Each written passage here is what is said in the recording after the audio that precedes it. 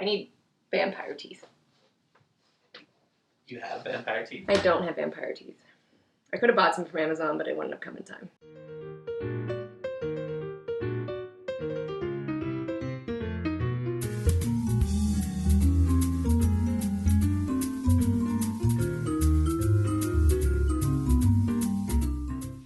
Hello, my pretties, and today we're going to be making a Corpse Survivor #2. Now, if you've never heard of a Corpse Survivor #2, this is a delicious drink including absinthe, gin, Lillet Blanc, orange liqueur, and lemon juice. It is one of my favorite drinks. It is super tasty, and I'm excited to make it for y'all. A little bit of history about this drink. It is from the 1930s. A Harry Craddock invented it? All right, so let's get started. So first what you want to do is you're going to do ice in your glass. If you've watched any of my videos, always ice in the glass. It helps to keep things cool so that when you put the drink in, it's all nice and cool. Okay, it's kind of hard to breathe in this corset. And my little finger thingies, aren't they cool? They're very interesting, so we're going to see if I can even do the drink with these on. I even have fake blood on, or maybe it's real blood, who knows. And I'm wearing a corset with a skull lady on it.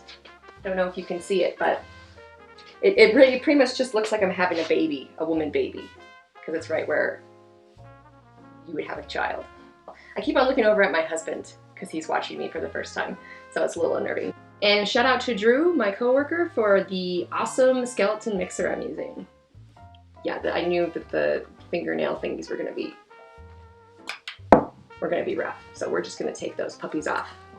You're gonna put ice in your shaker. You're gonna get your jigger. You're gonna do 3/4 ounce of the gin. And today I'm using White Lady, which is from Montgomery Distillery. I'm pretty sure I've used this before. It's a very delicious gin. I really like it a lot. It still has the price tag on it. So we're just gonna take that off real quick. You didn't see anything. Now that that's off, so 3/4 ounce of the gin. And then you're gonna do 3/4 ounce of the Lillet Blanc, which, like in past videos, it's just an aperitif wine from France. 3/4 ounce of that. And then you're gonna do 3/4 ounce of the orange liqueur. You can use Cointreau. Cointreau is a very popular one. I'm just using triple sec for now. And you're gonna do 3/4 ounce lemon juice, and you probably wanna do fresh, but this is kind of all we have in the house today. It works just the same. Obviously a fresh lemon would probably taste a little bit fresher, but we're doing a Corpse Survivor, so technically this is dead lemons because it's a corpse. It makes sense. All right, so 3/4 ounce of that, and you're gonna wanna shake it. I've never used the shaker before, so we're gonna see how it works. All right, and then you're gonna pour it. Oh no, you're not gonna pour it. You're gonna take out the ice. You wanna do an absinthe rinse, which if you don't know what that is, it's pretty much just putting a couple little drops of the absinthe, or if you're me, 1/2 ounce. And you're gonna pour it on the tablecloth. How do people do this? Okay, I think I got it. Okay, so it's pretty much around. Don't mind the spill. All right, and then you pour it.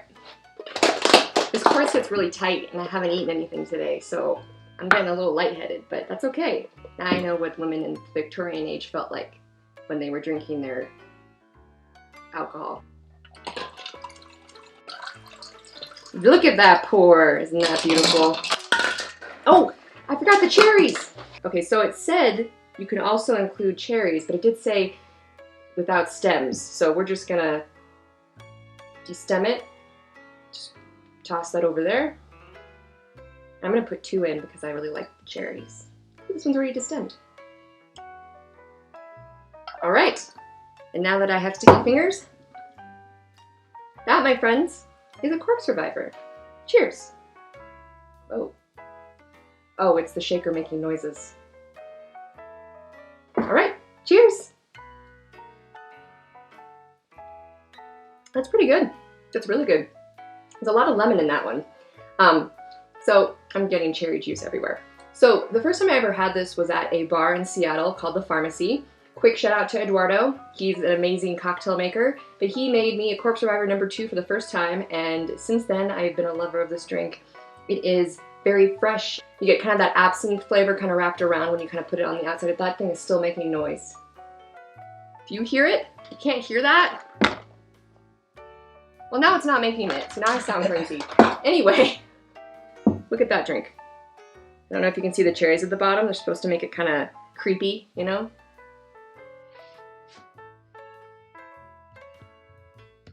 That, my friends, is what you call an Halloween episode. I hope you all have very safe, very wonderful, very delightful Halloweens.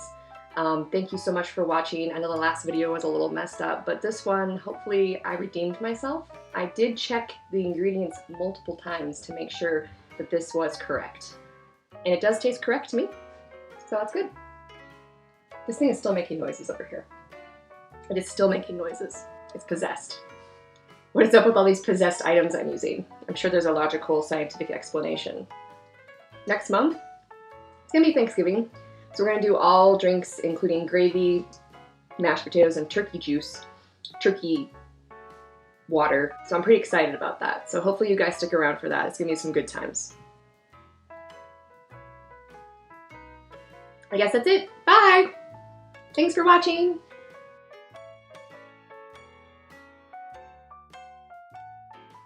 Tastes good to me. I would definitely even drink another one. But I don't need one. Oh, you need one.